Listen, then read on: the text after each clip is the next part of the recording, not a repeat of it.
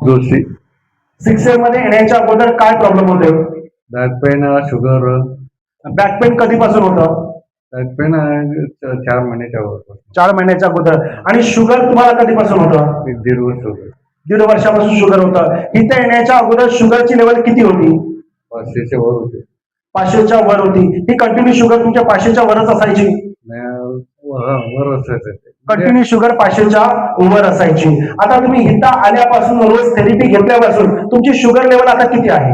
Normal आहे. 150 normal. किती आहे?